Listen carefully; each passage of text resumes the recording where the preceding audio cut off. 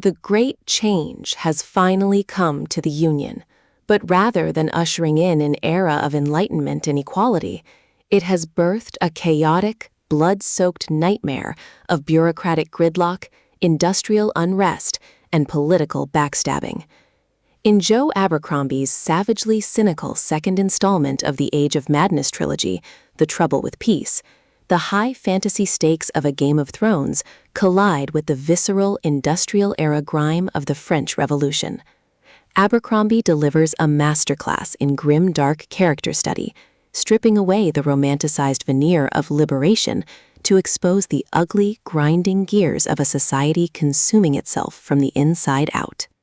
The narrative drops us into the volatile aftermath of the rebellion that upended the status quo in A Little Hatred. King Orso, a man as indecisive as he is well-meaning, finds himself desperately trying to govern a country that is rapidly fracturing into 1,000 warring factions.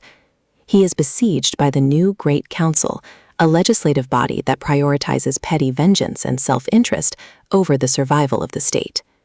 Meanwhile, the Industrial Revolution continues to accelerate, turning the capital of Adua into a smog-choked pressure cooker of starving workers, radical agitators, and aristocrats who haven't yet realized their time is up. The peace isn't a solution, it's merely a ceasefire in a war that never truly ended.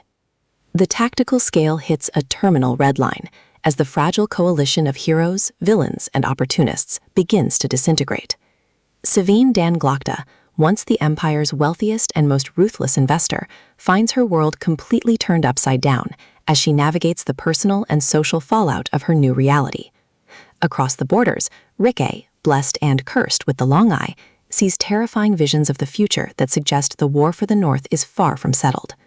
Every faction is frantically scrambling for advantage. The industrial magnates manipulate stock prices to starve the opposition, the charismatic demagogues incite the mob to violence, and the veteran soldiers of the previous conflicts realize with sinking hearts that the sword is still the only currency that really matters. Abercrombie expertly twists the knife, demonstrating how revolutions are rarely about replacing the masters, they are about changing who holds the whip. Abercrombie delivers an exceptional, darkly comedic auditory experience that thrives on razor-sharp dialogue, visceral combat, and deeply flawed, excruciatingly human characters.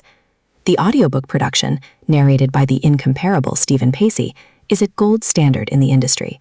He masterfully captures the dry, cynical wit of the cynical elite and the raw, jagged desperation of the underclass, making the listener feel every ounce of the creeping dread as the piece inevitably begins to fray.